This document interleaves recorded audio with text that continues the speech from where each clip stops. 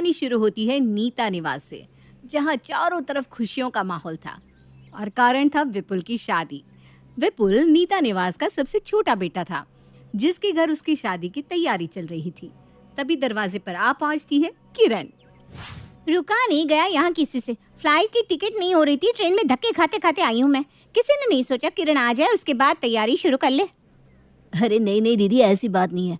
वो क्या है ना, लड़की वालों ने शादी के लिए इतनी जल्दबाजी कर दी कि हम कुछ कह भी ना सके। अरे वाह, ये भी अच्छा है। अभी तक उन्होंने अपनी बेटी यहाँ भेजी भी नहीं और तुम लोगों पर दबाव बनाने लगी। मैं ना रहूँ ना तो न जाने तुम लोगों का क्या होगा। माँ, तुम ना बड़ी भोली हो। ये लड़की वाले तो तुम्हें रोटी के साथ सब्जी की तरह ऐसे ही निकल जाएंगी और तुम समझ भी नहीं पाओगी। तेरी माँ को आज के ज़माने की इतनी समझ कहाँ है बेटी। हम लोगों के समय में इतने दोगले लोग थे, ये कहाँ। बस दाल भात खाना, प्रभु के गुण गाना। अब कोई दाल भात नहीं खाता मम्मी, सबको चाहिए पकवान। वैसे ये लहंगे किसके लिए लेकर आई हैं आप? अरे तेरी होने वाली भाभी के लिए बेटा। बहू का लहंगा तो ससुराल से ही जाता है ना। अगर अभी ही इतना महंगा लहंगा दे दोगे ना मम्मी, तो मांगने के लिए उनका और बड़ा मुंह खुल जाएगा। और लहंगा ही इतना महंगा दोगी तो उस हिसाब से गहने भी तो महंगे चढ़ाने पड़ेंगे। अपनी जेब से ज़्यादा देने की कोई ज़रूरत नहीं है मम्मी। फिर इस लहंगे का क्या होगा दीदी? इसकी तो पूरी पेमेंट भी हो गई है। वाह, मतलब तेरी शादी में तेरी बहन को कुछ नहीं देगा तू? अरे मजाक कर रही हूँ। ये लहंगा तुम मुझे दे दे, इसके पैसे तुझे तेरे जीजा जी दे देंगे। और अपने भाई की शादी में दुल्हन से भी महंगा लहंगा पहनकर खड़ी हो जाती है किरण और सबसे पहले होने वाली दुल्हन की माँ के पास जाकर उनसे मिलती है। वैसे तो शादी में खर्च आपको करना चाहिए था आंटी जी, पर आप लोग तो पैसे पर सांप की तरफ बैठ गए थे। पर कोई बात नहीं, ऐसी शादी तो आप लोग कर भी नहीं पाते हैं। अब मम्मी का नाम ही नीता है तो अंबानियों जैसी शादी तो करनी बनती है ना। खैर, मैं ये कहना ही थी कि आपने मिलने के लिफाफे तो तैयार किए होंगे ना? हाँ हाँ बेटा जी, पूरे 500 के किए हैं और आप लोगों के लिए 1100 के। ये तो इज्जत उतारने वाली बात हो गई आंटी जी। आप तो देख ही रही हैं हमारा क्लास, हर तरफ से हमने आपके पैसे बचा दिए। अब कहीं तो खर्च कर लीजिए। मम्मी को तो ज़्यादा समझ नहीं है, उन्हें क्या पता दुनियादारी किस कीचड़ का नाम है। मायके में बड़ी मैं हूँ ना, इसलिए यहाँ सब कुछ मैं ही देखती हूँ। तो दूर के रिश्तेदारों के लिए आप बनाइए 1100 के लिफाफे और हम सब के लिए कम से कम 2100 के। और मेरे पति को ना लिफाफे विफाफे नहीं जमते, तो उनके लिए आप एक स्टैंडर्ड सा गिफ्ट कर दीजिएगा। और इस तरह पूरी शादी में किरण अपना दबदबा दिखाती रहती है और फेरों का वक्त हो जाता है और वो होता है जो किसी ने नहीं सोचा था। फेरे बस कभी भी शुरू ही होने वाले थे कि अचानक एक तरफ से जोर जोर से किसी के चीखने की आवाज़ आनी शुरू हो जाती है। रहने दीजिए ना जी, इस मैटर में आप मत बोलिए। अरे कैसे ना बोलेंगे किरण जी, कैसे ना बोलेंगे। क्या हो गया जीजा जी, कुछ कमी रह गई क्या खातिरदारी में? वेटर, जीजा जी के लिए ठंडा जूस लेकर आओ। कितना भाग भाग कर काम कर रही है मेरी किरण। मायके में सबसे बड़ी है, उसके बाद भी कदर नहीं हो रही है इनकी। लड़की वालों ने इन्हें आए हुए मेहमानों से इंट्रोड्यूस भी नहीं करवाया, इसीलिए बुलाते हैं क्या आप अपनी बेटियों को? अरे ये तो बहुत बड़ी गलती हो गई लड़की वालों से। आप बैठिए जीजा जी, नाराज मत होइए, हम सब संभालते हैं। प्रिया अभी दुल्हन बनकर अपने ससुराल आई भी नहीं थी, पर इतने हंगामे में उसके दिमाग में ये फिट हो चुका था कि उसके ससुराल में सबसे बड़ी तो उसकी ननद ही है। किसी तरह शादी संपूर्ण हो जाती है और प्रिया अपने ससुराल आ जाती है। अगली सुबह सभी के लिए नाश्ता तैयार कर प्रिया टेबल पर लगाती है। नाश्ते में राजमा तो बहुत अच्छी बात है, फिर फ्राइड राइस क्यों नहीं बनाया? वो भी बना लेती, प्याज लहसुन की चटनी भी लगा देती। कुछ गलती हो गई क्या दीदी मुझसे? तुम्हें शगुन ने बताया नहीं कि मैं राजमा नहीं खाती? वो ना मेरे ध्यान से निकल गया था दीदी, और भी चीज़ें खाने को, आप वो खा सकती हैं। इसी चीज़ का मुकुल, बस इसी चीज़ का मुझे डर था। देख ले किस तरह मुझसे बहस कर रही है तेरी बीवी। मेरा क्या है, मैं कितने दिन रहने वाली हूँ इस घर में। मैं तो चली जाऊंगी, पर जिसका मुंह एक बार खुल गया सो खुल गया। आज मुझसे जबान लड़ा रही है, कल तुझसे लड़ाएगी। ये कहकर खाने की भरी थाली छोड़कर किरण अपने कमरे में चली जाती है। ये क्या हरकत है शुभ? प्रिया तो नहीं है इस घर में, उसे पता नहीं कि दीदी को क्या पसंद है क्या नहीं, पर तुम्हें तो इन बातों का ध्यान रखना चाहिए था। बेचारी दीदी अब भूखी रहेंगी। और हाँ प्रिया, दीदी हमारे घर में बड़ी है, तो तुम जब भी खाना बनाओ एक बार उनसे सलाह मशवरा कर लिया करना। दोपहर के वक्त दोनों बहुएं एक साथ किरण के कमरे में जाती हैं। दोपहर में किस चीज़ की सब्जी बना दूँ दीदी? हाँ, जैसे तू बनाई देगी मेरी पसंद का खाना। बनाना तो तुमको वही है ना जो तुम्हें खाना है। एक बार मैं गलती कर चुकी हूँ दीदी, अब अगर दोबारा गलती हुई ना तो आपकी जूती और मेरा सर। शगुन और प्रिया बड़ी मेहनत से अपनी बड़ी ननद की पसंद का खाना बनाती है। दोपहर के वक्त सभी टेबल पर खाने के लिए बैठे थे। अरे वाह बहू, दो दो सब्जी है, रोटी चावल, इतना कुछ बनाने की क्या जरूरत थी बहू? हाँ मम्मी, ये कहकर इन्हें और आलसी बना दो तुम। मैं अपने ससुराल में अकेले सारा काम करती हूँ, यहाँ तो दो दो बहुएं हैं, आधा काम तो ऐसे ही बढ़ जाता है। और अब काम नहीं करेगी तो कब करेगी तुम्हारी उम्र में? और तुम दोनों को अकल नहीं है कि काम से बचने का ड्रामा करती हो। मैंने 2 सब्जी बोली तो ये नहीं सोचा कि साथ में चटनी भी बना दूँ। कम से कम 4 सब्जी तो परोसनी चाहिए। अच्छा हुआ मैंने इन्हें नहीं बुलाया, वरना बेकार में मेरे मायके की इंसल्ट हो जाती। 4 सब्जी बेटा? अभी से 4 सब्जी बनाने की आदत रहेगी ना मम्मी, तो आगे नाना करते हुए भी 2 सब्जी तो ये बना ही देगी। बात तो बिल्कुल सही कही बेटा, ये तो मैंने सोचा ही नहीं था। तुम दोनों सुन रही हो ना अपनी भाभी की बात? ये इस घर की बड़ी है, जो कहती है तुम दोनों के अच्छे के लिए कहती है, इसकी बात माना करो। अब नीता से ज़्यादा किरण नीता की बहुओं की सास हो गई थी। 24 घंटे अपनी भाभियों को परेशान करना, उनके काम में नज़र रखना, यही तो काम था किरण का। इसी तरह 15 दिन बीत जाते हैं और एक सुबह साड़ी पहनने वाली प्रिया सूट पहनकर अपने कमरे से बाहर आती है, जिसे देखकर किरण बड़ी बड़ी आंखें कर लेती है। ये सब क्या है माँ? तुमने प्रिया को अभी ही सूट पहनने की इजाज़त दे दी, कम से कम साल भर तो रुकती। अरे पर बहू ने तो मुझसे इजाज़त ही नहीं ली। बेटा तू ना ठीक कहती थी, इन बहुओं को कंट्रोल में नहीं रखा तो ये सर पर चढ़कर नाचने लगेगी। अब तू ही संभाल इसे। 6 महीने साल भर रुक जाती तो कोई पहाड़ टूट पड़ता क्या? यही होता है माँ छोटे घर की लड़कियों को अपने घर में लाने से। पैसे देखकर ना बौखला गई है ये।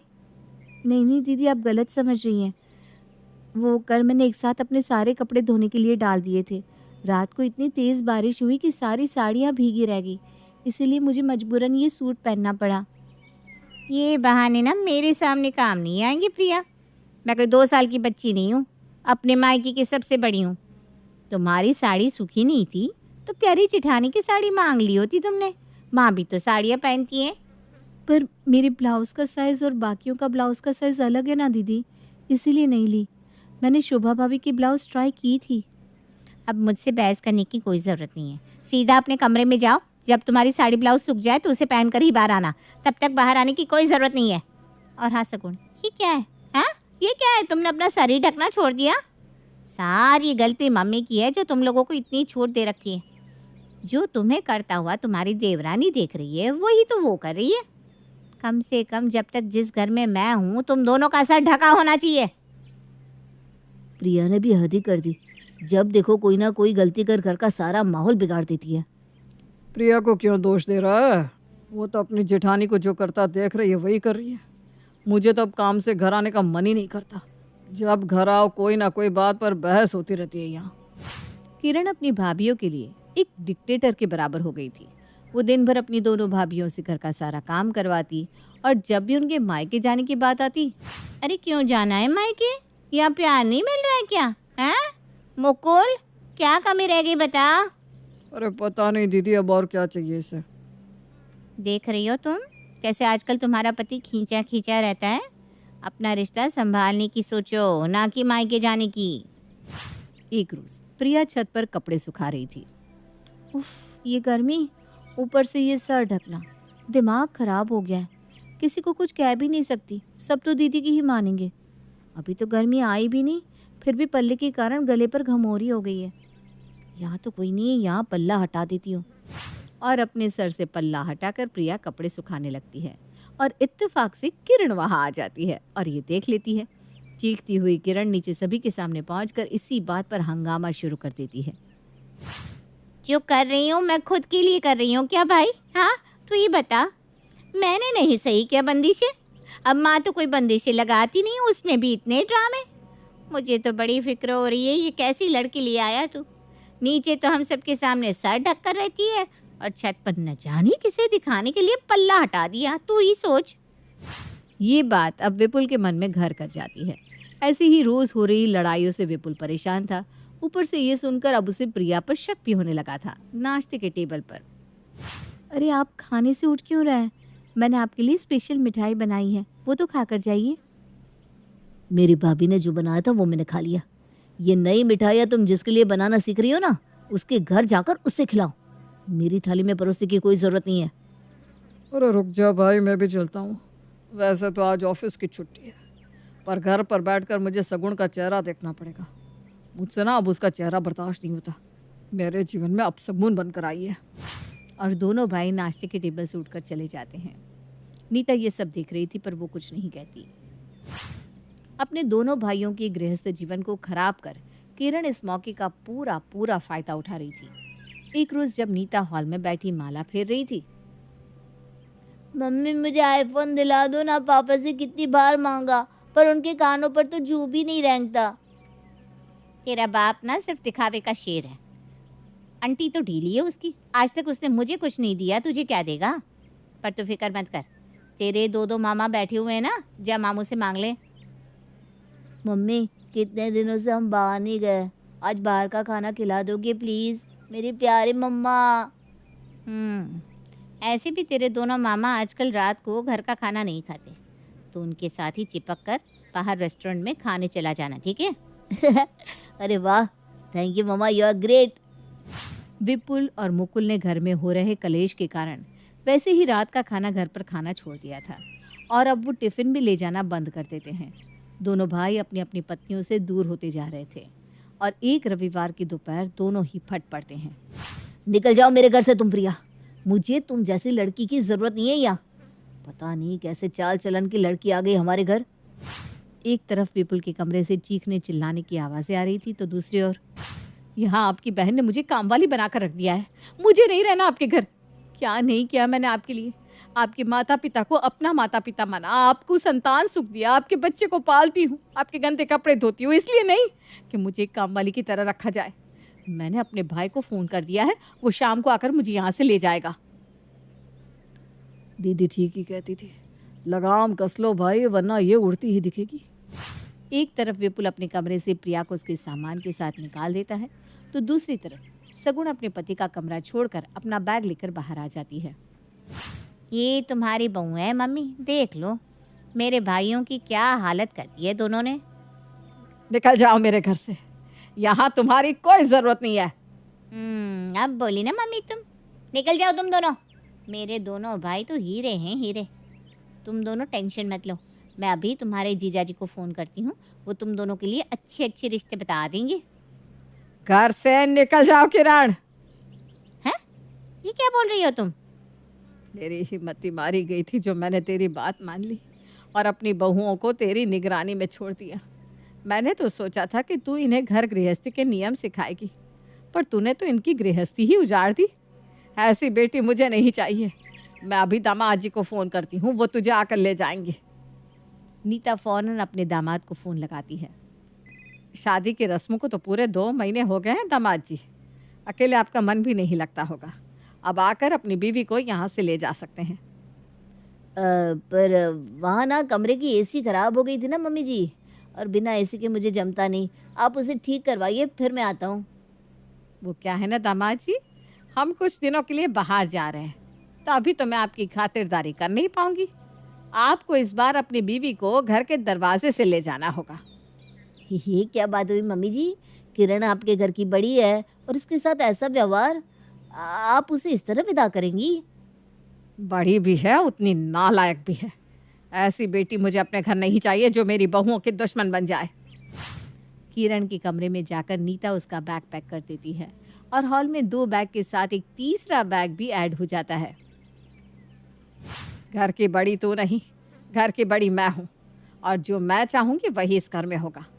विपुल और मुकुल, माफ़ी मांगो अपनी पत्नियों से। सॉरी प्रिया, प्लीज़ मुझे माफ़ कर दो।